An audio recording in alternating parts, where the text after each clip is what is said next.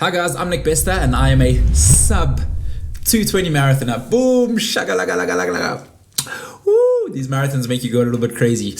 But I have been waiting a long time, 3 years to be exact, to introduce myself like that. And that is our introduction going forward. Yes, please. So yeah, it's been pretty much 10 days since Berlin Marathon and I'm still coming off of my high. What an incredible race it was. What an incredible experience it was. And I can't wait to relive it with you today. You know what? Usually I would do the post-race recap like a couple of days later, but this one meant so much to me, and I think, you know, in the content world you can easily get caught up into it, so I decided to just live in the moment as much as I could. I had my best mate Mikey with me out here from South Africa. We did so many cool things. I made up for some lost time, lots of cheat meals, but yeah, I'm feeling quite unhealthy at the moment, so just ready to get stuck into it again. But yeah, like I said, I just can't wait to sort of relive that experience from the night before to race day, and just talk through exactly how I felt, why I did things I did, and what the feeling was throughout the race, whether I knew I had it in the bag and stuff. So lots to share with you today, and I just can't wait to relive it. So let's go back to pretty much the night before the race. So I had an elite entry, which means that you get a drinks point every 5 kilometers en route, but it also means that you sort of like, you know, you in the elite tent before, when you have dinner with the world's best, basically, which is, you know, an incredible experience for me, because I'm definitely not an elite level performer. I'm sort of sub-elite, and I've come from, you know, a 317 marathon background, so in a way it's still very new to me, but in a way I'm sort of embracing the experience because I know it's not going to last forever. So the night before, we actually sat next to the winner, and I couldn't believe how much him and the others ate. It blew my mind. Basically 3 huge platefuls of like a combination of rice, pasta, you know, fast burning carbs, and then like a few bread rolls as well, some salmon, some chicken. And I looked at his food and I thought, you know what, he weighs like 20 kilograms less than me. If he's eating that much, then I need to eat even more than that. And it made me realize maybe I wasn't fueling enough and, you know, getting in enough carbs pre-race. So I probably had about 3 to 3.5 big portions of carbs the night before. And yeah, I woke up, you know, feeling strong the next day. So race days here, you know, like I said, I was fortunate enough to have an elite entry. So you get a bus in the morning, and that takes you into the front of the start area. You then get into sort of like an elite tent where you can do some warm-ups, some activations. And I must say, it's a very serious vibe. I didn't film much there at all because I thought, you know what, like these guys are in the zone, like I need to respect that. But at the same time, like I felt like, do you know what, when I perform best, it's sort of like when I'm most relaxed. So sometimes I find that when it's too intense, I don't actually perform that well. So I just try to relax, keep things chilled. I actually spend more time out the tent, you know, soaking up that start area of the crowds, and, you know, taking a little bit of fun content and stuff like that, because I felt like actually that would settle the nerves quite a lot. But yeah, feeling really good. And you know what, my plan heading into the race was to run at around 3:18 per k, so be just under sub 220 marathon pace from the start all the way to the finish. But each race tells a different story, and this race did not play out like that at all. It's not what I expected, but it's the result we got, so we can't complain. From the start, it's so easy to get carried away and control and you know, let that adrenaline get the better of you. So you've really got to try and control that. And just make sure you're hitting the correct pace. So I think after our first 5k splits, I was on track for a 221. So, you know, tracking well above 220 pace, but I thought there was a massive group, like I'm talking like 20 to 30 people, big group. And I thought this is actually pretty good, because the person in the front of the group was a Kenyan Kipruto, and I'd been briefed before that he's running for the Japanese ladies to go under sub 220. So I knew this was sort of the sub 220 pack in a way, and it was huge. And I thought, okay, cool, you know, I've committed to this now, so let's stick with it. So even though we were a bit overpaced in the beginning, I wasn't worried. I was feeling really good, and it's such early days, you can make up a lot of time. In the past, I've probably gone off a lot quicker than that. And once again, I wrote my split times down on my arm, and I realized 5Ks in that we were tracking a little bit overpaced, but the value of the pack sort of outweighed trying to catch onto and latch onto certain packs in front of me. And in the past, I 100% would have done that. And it just shows you, you know, you learn so much, and you take that experience forward with you. But, you know, if I think back to races like Seville Marathon, it was like I was surging from pack to pack to pack because I was feeling so good. Guys, if you're feeling good early on, control that and just save it. If you're feeling amazing at halfway, save it. If you're feeling amazing in the last quarter, then start picking it up. But yeah, you know, that magic is made in that last quarter. So pretty much, you know, managed to hit all my fueling stations as well. I managed to get in 380 grams of carbs pretty much from just before the race till the end of the race, in 2 hours and 19 minutes of running. So that's about 150 an hour, which is more than I've ever had before. And you know what? I think there's too much to talk about about that in this video. I'll do a whole complete different video on how to fuel for races, how to get optimal performances, because you know, it's an area that I've learned a lot from this race, and something I think I can help you with a lot going forward. So pretty much staying in the pack, we, you know, get to the 10K mark, and once again, we're still tracking over time. There's no surging, and I feel like the heart rate's extremely low. It's feeling good. It's early days, but you know, it's my 7th attempt, and I felt good a lot in the past at that stage. The support was unbelievable. Like each build I do, and each race I do, it feels like the support just gets more and more. And I'm someone that gets easily distracted. So, you know, if someone shouts like neck or boom shakalaka or sub 220, you know, in the past I'd always like try and give them a high five, or, you know, like it takes a lot for me to concentrate. And in order to get the most out of you in these races, you really have to dial it in and concentrate for that time. So, you know, I was giving a few like thumbs up here and there, but really just focusing on trying to keep that heart rate as low as possible for as long as possible. So yeah, carry on, and you know, nothing too exciting. I think the main thing with running in a big group like that was the value of the pack was amazing, because it probably saves your heart rate by about 1 beat per minute. Pace wise, it wasn't too windy, but you know, if I had to guess, it probably saves about 2 seconds a K. And in my world, over 42Ks, that's huge. That's the difference between just over 220 and just under 220.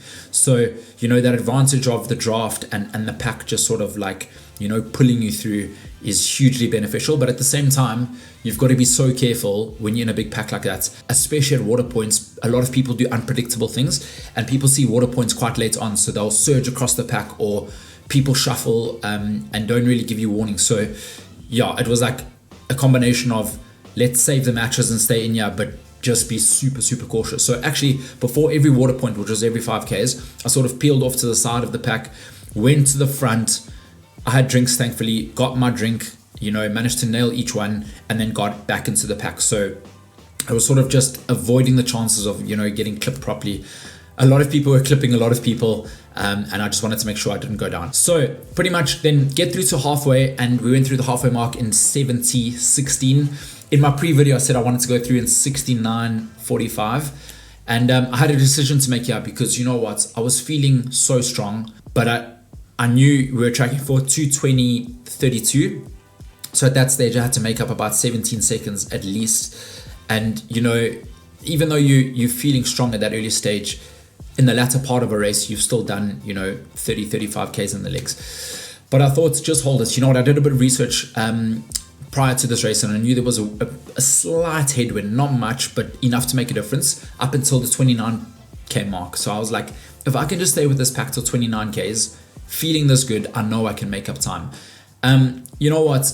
It's obviously slightly risky business. We go through 25Ks, and once again, we're losing a bit more time tracking for like a 220 mid, and there's only 17Ks left in the race. And you know what, a lot of people ask me like, don't you feel the pressure with, you know, people following your journey, and you know, you being so close and trying time and time again. And you know what, I've always wanted to do it, you know, for myself, but also to help other people and to make people that support me happy at the same time, because, you know, I've seen how much it means to me, but I've seen how much it means to a lot of other people that support me, which I'm incredibly grateful for. So I think in the past, 100% would have gone for it at that stage, because I was feeling so strong. But I thought, you know what, my best chance now is to just keep that heart rate low. I could feel I was below threshold. I wasn't checking my heart rate on my watch. I checked the data afterwards, but the way I felt, I just knew I backed myself. I was like, I need to back myself. I don't have a choice now. So like, when it's time to go, it's time to go. So a few Ks later, we get to the 29K mark, and then just after the 29K mark, which is what I wanted to get to, where I thought the wind changed. I didn't feel too much of a difference, but you know, there must have been. At that stage where it slowed down even a little bit more, I tried to sort of go to the front numerous times up until this point to get the pacer Kipruto to just try and increase the pace a little bit. I kind of like told him, you know what, we're tracking for just over 220. But he didn't really fall for my bluff because his main priority is to protect the Japanese ladies. And if they're not feeling sub 220, I think they finished in around 221 or so, his job is kind of like, yes, to get them under 220, but predominantly protect them, not, pace other guys to a sub 220. I did try to get him to pick it up a little bit, but he wasn't buying it. Anyways, so 29Ks come and we're about 300 meters into the next K, and I look at my watch and we've been averaging around 320 a K, and this K we're averaging 324. Now I'm thinking, okay, cool. I know we've got quite a lot of time to make up, but now's the time. Like, I can't afford to slow down anymore. So basically it's 13 Ks of not looking back. Once you leave that pack, you're by yourself. So I made a decision then and there, like, I'm feeling good. I've got the Pro Evos on, I've built for this moment. Everything I've done in training has been for the next sort of 13 Ks. It's under an hour left of running. Like, let's just go for it. So peeled off the pack and absolutely just went for it. So in a controlled manner, let's say. So at that stage, I was averaging 320 prior to the 30K mark.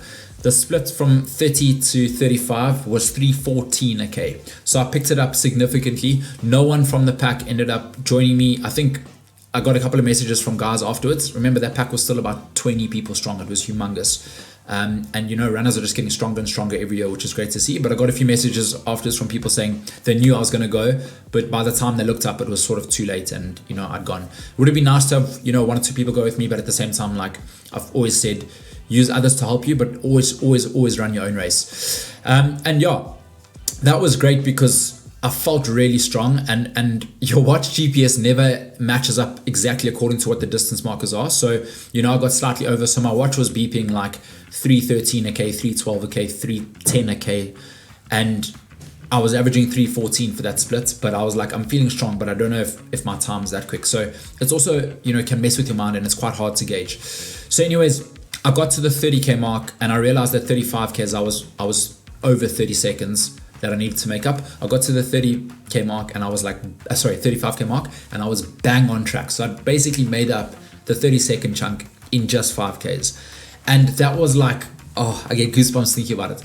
That was like an incredible feeling because I realized I'm going 314 a K and I don't need to go this fast in order to break 320. Like, I can chill a little bit. I'm obviously hurting a little bit, but I felt like if I had to, I could probably sustain that pace, but let's not get greedy. I've gotten greedy in the past, so I felt good, went for it and hit a wall and walked away, with a time that wasn't under 220, which is what I really wanted. So I thought, okay, let's sort of like control this pace in a way, not go back to where I was, but don't sort of surge as hard as I need to. And just hold it and try and almost guarantee that sub 220. It's never a guarantee, but give yourself the best chance. So the split between 35 to 40, I had my mate Mikey there telling me like, you're back on track, you're under. That was hugely motivational. People were screaming, like saying sub 220 is on the cards. I saw Jake Smith at a few points on the route. He was meant to run a professional athlete for Nike and NN. And he basically was like, 220's on. So, like people tracking at that stage could sense that I put in a surge, and, I could almost feel that every time I go over checkpoints and I know people are tracking, and I'd been tracking for over 220, and that was against what I'd said. I think I wish I could just tell people in that moment, like, guys, just chill, just let's back ourselves and we're going to pick it up. But I felt like once I put in that surge, it was like, boom. I believed, people believed, let's go do this. Like, today's the day. Then anyways, carry on, saw Mikey for the last time at like 37 Ks, and it was basically 5 Ks to go. I always think of that as a park run, and it was started feeling tough, but not nearly as tough as marathons have been in the past, let's say, because I've gone out a little bit too hard. At 35K, I had my last bottle, and when I looked at my average pace for when I took my bottle, I slowed down by about 4 or 5 seconds a K during that moment. And that's not ideal when the margins are fine. And just the learning that you actually need to practice your gels and drinking while you're on the run, because you don't want to lose any time there. So I made a decision at 35K is like, I'd taken on a lot of fuel early on. I had enough carbs and energy in my system. At 40Ks, I'm not even going to try and touch my bottle. Like, let's just gap it to the end. So got to the 40K mark, and I was pretty much averaging for that split 316 a K. So I went from 320 a K to 314s a K from 30 to 35, and then 35 to 40 to 316s a K. I looked at the time on my arm, and I was 15 seconds under 220, and that's sort of the first time it started becoming, a reality in a way. Then I still, wasn't convinced, because it's still, a lot can happen in the last 2Ks of a marathon. A lot can happen. And I just sort of like ticked through that kilometer. I knew that it was feeling tough now at this stage, but I was feeling like it's within me. And then, I got to the 41K mark, and that's when I realized, I only have 1K left. And I actually started getting like choking up a little bit, because I was like, is this really happening? And I think, of the 20,000 Ks that I'd been putting into training, and all the attempts I came so close, I was like, is today the day? Is this really happening? Because sub 220 became so much more than just the time, and I'd almost built a relationship with this thing that I was like, it's a challenge to me to just prove that I can do it. When it started becoming a reality, I couldn't control my emotion in a way. So I started choking up. My heart rate at that stage was like 180, and it's not good to cry and run at 180, because I don't know that much time in the bag. So basically I was running like this. I was like and then I was like, no, Nick, get your stuff together, like focus. And thankfully I did. So I was like, okay, cool, 1K of focus. You sort of see Brandenburg Gate in the distance. It takes a long time to come, but the crowds were going crazy at that stage. And I was just buzzing. I was just like, man, this is incredible. Then I got to Brandenburg Gates, and I think it's about 352 meters to go. And I was about, once again, 15 seconds under where I needed to be. But at the same time, I still wasn't 100% sure, because I'd been in that position so many times in the past and like let it slip away or just miss it. It was like, I kind of knew deep down inside, but I didn't know, because I was like, what if I've done the maths wrong? Like at that stage, your brain's a bit like scrambled eggs. It's a bit all over the place. So I was like, just like control yourself and just get to that finish line. And 352 meters at that stage is still quite a long way. Yeah, that was incredible. I soaked up the crowds. I was overtaking a few runners at that stage of the race. And I could see that clock, and this time it was different. When I ran 2:20.08, I watched it go 2:19.55 all the way over 2:20 and come through. And like those moments stick with you forever, and they motivate you in training so much. And in all my interval sessions and all my really, really tough workouts, I thought about that clock just ticking, and I was like, do what it takes to make it right. So when I saw that moment, it was like surreal. And then crossed the line in 2:19.45 was my official time. And I just pulled off to the side, and like it was like the weight of the world had just come off my shoulders. It was the most weird thing, and I couldn't control my emotion. Marathons are emotional at the best of times, never mind this one for me. So to finally do it, I sort of just pulled off to the side, and I just let all this emotion come out and just try to live in the moment. Generally usually after races like that, marshals sort of take you through as soon as you finish, like you're dying on the side, and they're like, come, get through. There's obviously a lot of people that need to get through, but this time it was different. I think some of the marshals, saw how much this meant to me, and they were just like, let's just leave this guy, like let's give me this little bit of a moment. So they were trying to get other people around me through, but they just sort of like let me live in the moment. And then you pretty much went through to the elite tent. Once again, I always take a bit of time to myself. And I'd been in that spot, in that tent for the last 2 years, with almost tears of disappointment and coming so close. So to be in that position in the past and finally do it this time, it's like 100 times sweeter. And I think, what it taught me is that you can just never, ever, ever give up. Like, it's with hard work comes good results. And I feel like the more you work and the more times you fail almost, then the sweeter it is when it finally happens. So that was my Berlin Marathon. Because I was sort of under threshold for such a long time, and I only went for it the last 13Ks recovery, the legs felt amazing. I was obviously buzzing. We had an after party that night, finished off with McDonald's and a couple of other fast foods in the few days after that. But it was so nice to just, celebrate with my people, my team, You know, my wife and kids didn't come, so it was nice to catch up with them. I think if the kids came, I probably wouldn't have broken 220.